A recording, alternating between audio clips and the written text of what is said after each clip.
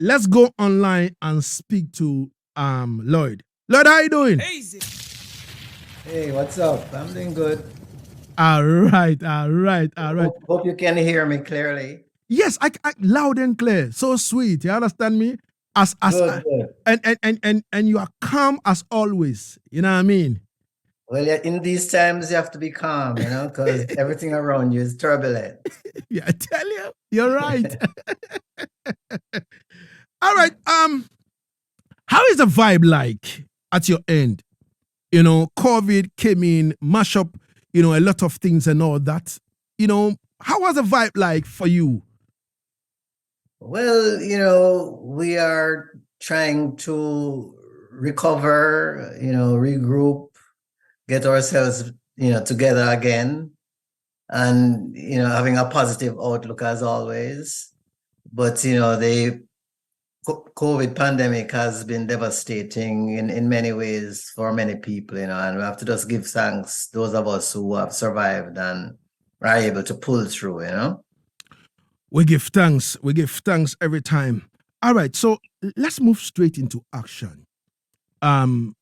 February is Reggae Month and also Black History Month, but I'd like to focus more on Reggae Month, which you are part of the formation and all that.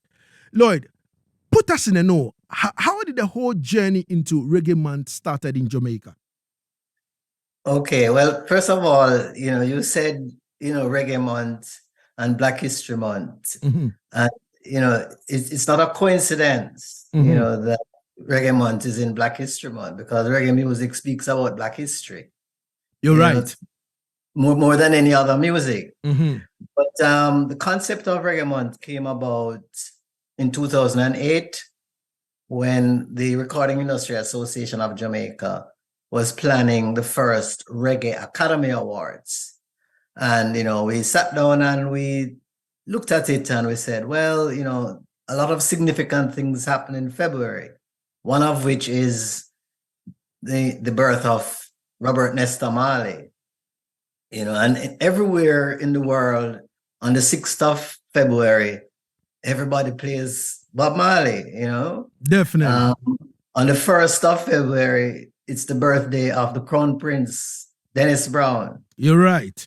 We looked at these things and we said, maybe February is a good time for us to highlight reggae, what it has done, educate people about reggae, and try and get the reggae world together in Jamaica first and foremost. So that was the idea behind approaching the government of Jamaica, which we did. I actually wrote a letter to the government of Jamaica asking them to officially declare the month of February as Reggae Month so that we could every year celebrate, recognize, educate, bring people together to honor this great music that has done so much to the world, for the world, and for people generally. Yeah. So that's concept behind the formation of Reggae Month, and the government jumped on it immediately, and there was an official declaration in January 2008, and that's when the celebrations of Reggae Month started, and it has continued. And it has grown with the support of the government of Jamaica and the persons in the music industry in Jamaica ever since. All right. So what exactly should, in terms of we who are not in Jamaica, who only go on the internet and research about certain things about Jamaica and all that, what would you say is the impact of Reggae Month from like 2008 till 2023? Well, it has. Well, as you know, reggae is one of those aspects of Jamaican life that we all are very proud of. So Jamaicans on a whole, inside Jamaica and outside, because half of the Jamaicans in the world live outside of Jamaica. Yeah. Mm-hmm. We quickly embraced the concept, and people started to plan their own activities around Reggae Month, to the point where there are now Reggae Month celebrations in the United States. In Florida, for example, Miami, Florida, Inner Circle, who are, world-renowned champions of reggae. They have now started to have their own Reggae Month celebrations in Miami. So it is growing. It will continue to grow. And one day we want to see some Reggae Month celebrations in Accra. Definitely. Yeah.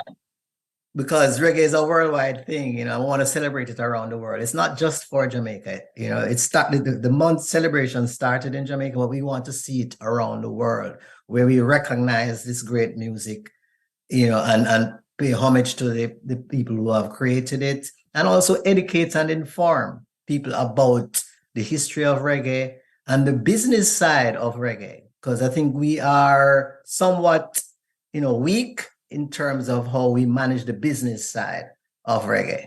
So, those are some of the things that we do every February. There are, workshops and meetings and exhibitions. It's not just about the music, it's about the education of the persons who are involved in the music business. Oh, okay. All right. So basically, it kind of cut across to all the sectors in terms of. I'm not hearing you.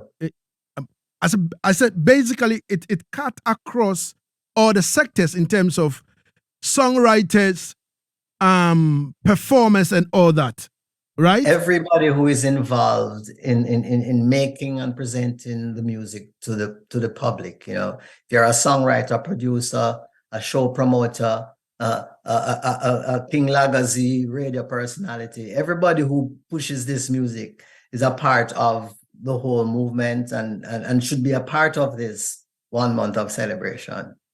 All right. So let's look at this year now, 2023, in terms of Reggae Month. What is the theme for it? Well, there never usually is a specific theme each year, but there are a number of major activities that happen in Reggae Month. And this year, one of the major activities that's happening in Reggae Month is a very big music business conference that is being held in Kingston, Jamaica, which is being, I would say, spearheaded by one of our champions of the music, Mr. Orville Shaggy Borrell. He has come together with a group of persons to start what is called the Island Music Conference. So that's one of the major activities that will be happening for Reggae Month in Kingston, Jamaica this year. All right. So let's talk about the Island Music Conference now happening on the 8th of February to the 12th of February, 2023, spearheading by Shaggy. And, the theme is igniting the world through music. You know what I mean? All right. I see you are a panelist, on the Island Music Conference, speaking on copyright, publishing, and royalties. We have other artists like Grammy Morgan and a couple of them also, being part of the conference. I don't know, how is it going to run? Like day 1, day 2, day 3, to the last day? Okay, so it's a very packed schedule of activities. And as you mentioned, there are artists involved who will be participating in the panel. Kimani Mali, there's going to be a special one-on-one sit-down interview between Kimani Mali and Judith Bodley, who is one of our, foremost media personalities in Jamaica. But there are a number of different topics that are going to be addressed. And we have invited people from, various music entities, YouTube, Amazon, Sony Music, Pandora, iHeartRadio, BMI, the Collection Society. All of these organizations have representatives coming to the conference. So we are going to have on each day a different set of panels where persons will get together and, reason about various topics to do with the music industry. It's a very long list of issues that are going to be addressed because, the music business has a lot of issues that people don't understand still. And we want to highlight and enlighten those of us who are in the industry as to, how best to operate, so that we can not only continue to spread this great music, but we can earn more from it, and do better in distributing it around the world and so on. Yeah. All right. So now, you are going to speak on copyright and publishing and also royalties and all that. Can you kind of advise, like our industry people here, we have artists over here, we have,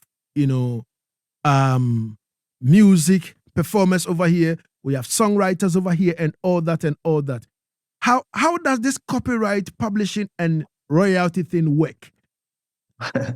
Okay, it would take me several hours, to fully explain it. But just put it simply, to create artistic works takes a lot of passion and creativity from persons. But what I've found is that a lot of the artists who are involved in music have not been able to, the majority have not been able to make a living from the music. And that is mainly because they don't go about it the right way and there's not enough understanding as to how they protect the rights that they have. So that is where we have to focus on the issue of copyright, because copyright basically is a set of laws and rules that say, you create something original, you own it, and if it is being used, you should be compensated for the use of what you have created. So people who produce music, people who write songs, should be compensated when their works are used. So we're going to look at how you are compensated, what you need to do to protect what you have created. And that's what the whole business of copyrights are about. Yeah. So when we talk about music publishing now, music publishing has to do with what songwriters earn when music is used by, being broadcast on radio. And in most countries, there are laws that obligate broadcasters to get a license and to pay fees to collection societies, who in turn distribute this money to the people who are writing the songs. Also, when the songs are being streamed or being used on YouTube, there are, remunerations, compensations that go to the songwriters. That's what the business of music publishing is all about. So people from Sony Music Publishing will speak more specifically to those issues. People from BMI, which is a collection society that represents songwriters in the United States, will speak to those issues, as well as the collection societies in Jamaica. The Jamaica Music Society, they will be represented at the conference. So we're going to have organizations who assist songwriters in collecting their money from the music that they compose, in understanding how best to go about collecting these royalties that are due to them. And royalties are basically, the money that comes to you usually every quarter or every half year in a statement from the organization that is collecting on your behalf.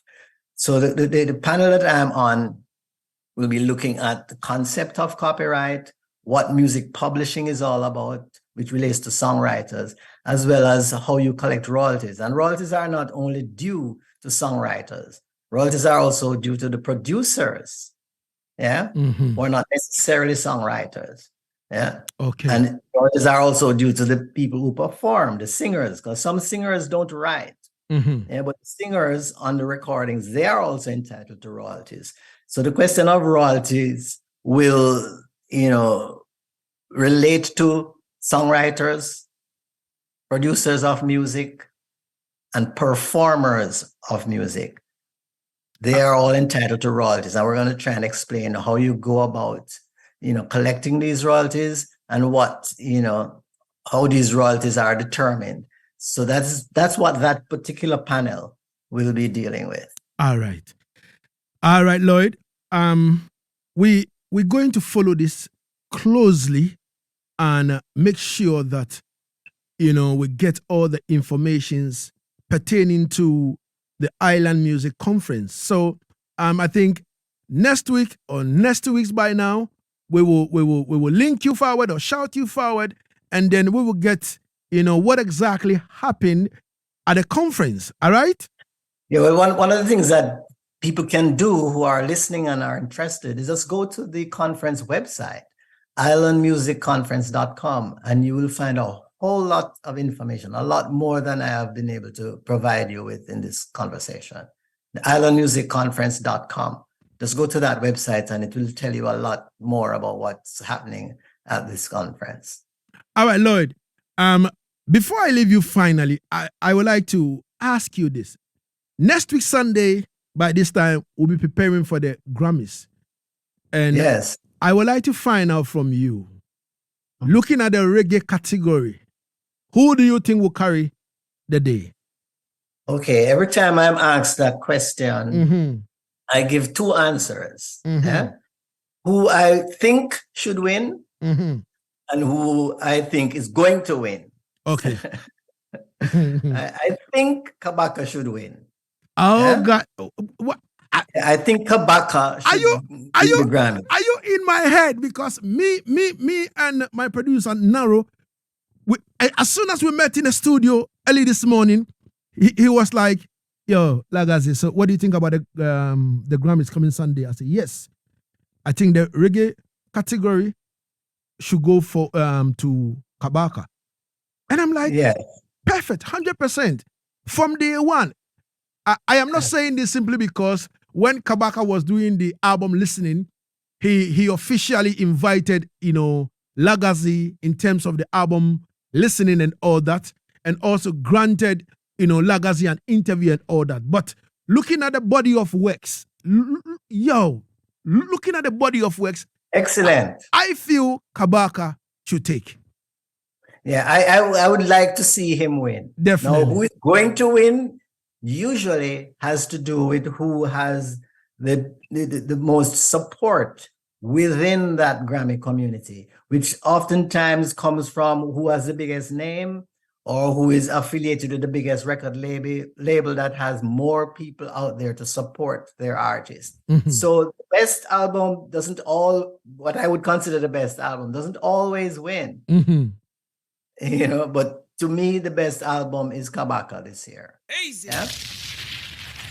Lloyd, I would like to say thank you so much for your time and space, and we will continue to follow you up in terms of anything pertaining to the Island Music Conference. Thank you so much for your time.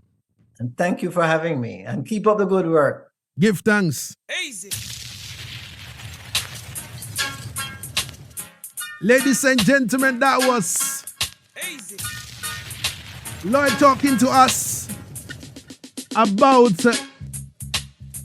Reggae Month and also the Island Music Conference. Easy.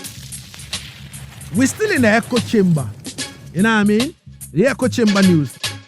Now, ladies and gentlemen, let's step into some news. You know what I mean? Ladies and gentlemen, our own David Dawuni, aka Rocky Dawuni. Ladies and gentlemen, Rocky Dawuni attended the nominee party in Los Angeles with Black Hero. Yo.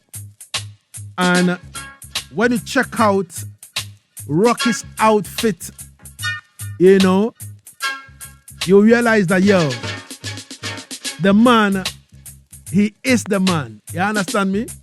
Yes.